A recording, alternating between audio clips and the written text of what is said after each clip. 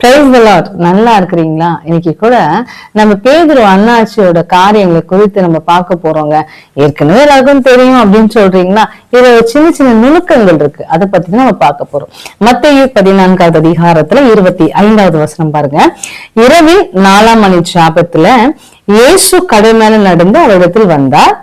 அவர் கடல் மேல் நடக்கிறதை சீஷர்கள் கண்டு கலக்கம் அடைந்து ஆவேசம் என்று சொல்லி பயத்தினால் அலறினார்கள். இயேசு கிறிஸ்து கடல் மேல நடக்கிறத பார்த்து தன்னுடைய சீஷர்கள் இயேசுதான் வர்றாங்கன்றது தெரியல. இயேசுவோட கூட இருக்கிறாங்க, இயேசுவோட கூட பேசுறாங்க, இயேசுவோட கூட நடக்கிறாங்க, இயேசுவோட கூட பிரயாசம் படுறாங்க. ஆனாலும் இயேசுதான் வராரு அப்படின்றத அவங்களுக்கு தெரியல. அப்போ இன்னைக்கு கூட பாருங்க, நம்ம வாழ்க்கையில நம்ம சர்ச்சுக்கு போறோம், நிறைய ஜெபிக்கிறோம், ரெகுலரா எல்லாம் பண்ணிட்டு இருக்கோம், கிறிஸ்தவர்கள் என்ற ஒரு பேரோட கூட நம்ம எல்லாம் பண்றோங்க. ஆனா நம்ம வாழ்க்கையில ஒரு பிரச்சனை வருது, ஒரு கடல் மாதிரி ஒரு அலை மாதிரி ஒரு பிரச்சனை வந்துச்சு அப்படின்னு சொன்னா இயேசுவே நமக்கு அடையாளம் தெரிய மாட்டேங்குது. எவ்வளவு ஒரு கொடுமையான விஷயம் இல்லைங்க. எல்லா சூழ்நிலையும் இயேசு நம்ம கூட கூட தாங்க இருக்கிறாங்க. அவர் அவரை மாதிரி ஒரு பெஸ்ட் ஃப்ரெண்டு, அவரை மாதிரி ஒரு ஆலோசகர் எனக்கு தெரிஞ்சு யாரும் கிடையாது. ஏன்னா அவர் அந்த அளவுக்கு நம்மள நோட் பண்ணிட்டே இருக்கிறாருங்க. நம்ம விடுகிற பெருமூச்சு கூட அவர் உற்று கவனிக்கிறார். நம்மளுடைய தாயின் கருவில் இருந்தா கூட நான் உன்னை கவனிக்கிறேன் அப்படின்னு ஒரு வசனம் எல்லாம் இருக்கு இல்லையா? ஆனாலும் எல்லாம் தெரியும். ஆனாலும் இயேசுவை நம் பிரச்சனையான நேரத்துல நம் கண்கள் மறைக்கப்படுகிறது. அவர் தான் இயேசு என்பது நமக்கு தெரிய மாட்டேங்கிறது.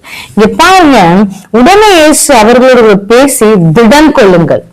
என்ன ஒரு அருமையான வார்த்தைங்க, யாருங்க சொல்ல முடியும்? திடன் கொள்ளுங்கள், நான் தான், பயப்படாதிருங்கள். இந்த பைபிள்ல 365 முறை பயப்படாதீங்க பயப்படாதீங்க பயப்படாதீங்கன்னு வருது. ஏன் சொல்லுங்க? நம்ம வாழ்க்கையில சின்ன சின்ன காரியத்தை கூட பயந்து கொண்டேதான் இருக்கிறோம் இல்லையா? அதனால இயேசு சொல்றாரு, திடன் கொள்ளுங்கள், நான் தான், பயப்படாதிருங்கள். எவ்வளவு நல்ல கடவுள் பாருங்க. ஏதோ ஒரு காரியத்தை குறித்து நீங்க பயந்துட்டு இருக்கீங்களா? திகிலா இருக்கிறீங்களா? ஐயோ இது எப்படி நடக்கும், இதுல நான் எப்படி ஜெயிப்பேன், இது எப்படி மாறும் அப்படின்னு நினைக்கிறீங்களா? பயப்படாதிருங்கள், திடன் கொள்ளுங்கள், இயேசு கிறிஸ்து உங்களோடு கூட இருக்கிறார். சரிங்களா? அடுத்து பாருங்க, அப்ப பேதுரு சொல்றாரு, நீங்களே அப்படின்னா நானும் கடலை நடந்து வருவதற்கு செய்யுங்க, பரவாயில்ல வா அப்படின்னு இயேசு கூப்பிடுறாரு. இயேசுவை பார்த்து கொண்டு, யாரு? பேதுரு அண்ணாச்சி இயேசுவோட முகத்தை பார்த்து கொண்டு கடல் மேல அவரும் நடக்க தொடங்குகிறார்.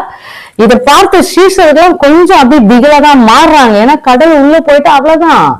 அவன் பேதுரு இயேசுவை பார்க்கிற வரைக்கும் கடல் மேல நடந்தாருங்க. இயேசுவை பார்க்க டக்குன்னு கீழே பார்த்தாரு பாருங்க, உள்ள போயிட்டாரு. சோ இயேசுவை பார்க்கும்பொழுது நம்ம வாழ்க்கை எவ்வளவுதான் அலைகள் இருந்தாலும், எவ்வளவுதான் போராட்டங்கள் இருந்தாலும், எவ்வளவுதான் பிரச்சனைகள் இருந்தாலும் ஸ்மூத்தா தான் போகும். நீங்க உலகத்தை ஜெயிப்பீங்க. ஏன் தெரியுமா? வசனம் அப்படிதானங்க சொல்லுது, உலகத்துல உபத்திரம் உண்டு, ஆனாலும் திடன் கொள்ளுங்கள், நான் உலகத்தை ஜெயித்தேன். அவரு உலகத்தை ஜெயித்தா அவர் கூட இருக்க நம்மளும் ஜெயிச்சவங்க தானே. இயேசுவை பார்க்கிற வரைக்கும் பிரச்சனை கிடையாது. பிரச்சனையே இருந்தாலும் அந்த பிரச்சனையில இருந்து உங்களால வெளியே வர கண்டிப்பா முடியும்.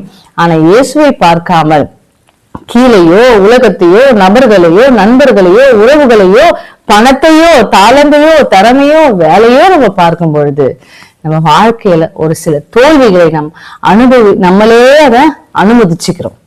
அதனால இயேசுவை மாத்திரம் பார்க்கும் பொழுது உங்க படகு மூழ்கி போகாது. சரிங்களா? இயேசுவை நோக்கி பாருங்கள். உங்க பிரச்சனைகள், சூழ்நிலைகள், போராட்டங்கள், வேதனைகள் எல்லாவற்றிலும் இன்பம் துன்பம் எல்லாத்தையும் அவரை முன்னாடி வைங்க. சரிங்களா? நம்ம மக்களுக்கு ஒரு சைக்காலஜி இருக்கு, என்ன தெரியுமா? சந்தோஷமா இருக்கும் போது இயேசு மறந்துடுவாங்க. துக்கப்படுற வேலையில அவரை காணும் தேடுவாங்க. எல்லா நேரத்துல அவர் கூட தான் இருக்கிறாரு. துக்கமான நேரத்துல கூட தான் இருக்கிறாரு, சந்தோஷமான நேரத்துல கூட தான் இருக்காரு. ஆனா சந்தோஷமா இருக்கும்போது நம்ம என்ஜாய் பண்ணும்போது அவரை மறந்துடுறோம். துக்கமான நேரத்துல அவரை தேடுறோம். இவர் இருக்காரா, இவர் என் கூட தான் இருக்கிறாரா இல்லையா அப்படின்னு நம்ம தேடுறோம். அப்படி இல்லைங்க, அவர் தாயின் கருவிலிருந்து உங்களையும் என்னையும் தெரிந்து கொண்ட ஆண்டவர். அவர் கடைசி வரைக்கும் நம்ம கூட இருந்து நம்ம வாழ்க்கையை ஜெயமாய் மாற்ற அவரால் கூடும். கொஞ்சம் சற்று அவரை மாத்திரம் நோக்கி பாருங்க. உடனே கையை நீட்டி இயேசு அவனை பிடித்து, அற்ப விசுவாசியை ஏன் சந்தேகப்பட்டா என்று 31வது வசனத்துல ஆண்டவர் சொல்லுகிறார். அற்ப விசுவாசியே, அதாவது விசுவாசி என்ற பெயரை வைத்துக் கொண்டு, நம்மளுக்கெல்லாம் என்ன பேருங்க? விசுவாசிகள். விசுவாசிகள் என்று பெயரை வைத்துக் கொண்டு அற்ப விசுவாசமாய் நாம் இருக்கிறோம். இது மிகவும் தவறான ஒரு காரியமாக தான் சொல்லப்படுகிறது. தேவனுக்கு பிரியமில்லாத ஒரு விஷயத்தை இந்த அற்ப விசுவாசம் கூட. கடுகளவு விசுவாசம் இருந்தா மலையை பார்த்து பெயர்ந்து போ அப்படின்னா அது பெயர்ந்து போகும் இல்லையா? அந்த கடுகளவு விசுவாசம் எங்க போச்சு? மற்றவர்களும் அட்வைஸ் பண்ணுவோம், நீ இது பண்ணு அது பண்ணு. நம்மளுக்கு அந்த பிரச்சனை வரும்போது டாக்டர் இப்படி சொல்லிட்டாரு, டாக்டர் 1000 பேர் 1000 சொல்லிட்டங்க. உங்களை படைச்சவர் என்ன சொல்றாரு? படிச்சுட்டு சில சொல்றாங்க, உங்களை படைத்த கடவுள் உங்களை குறித்து என்ன சொல்லுகிறார்? நானே உன் பரிகாரன கர்த்தர் என்று சொல்லுகிறார்.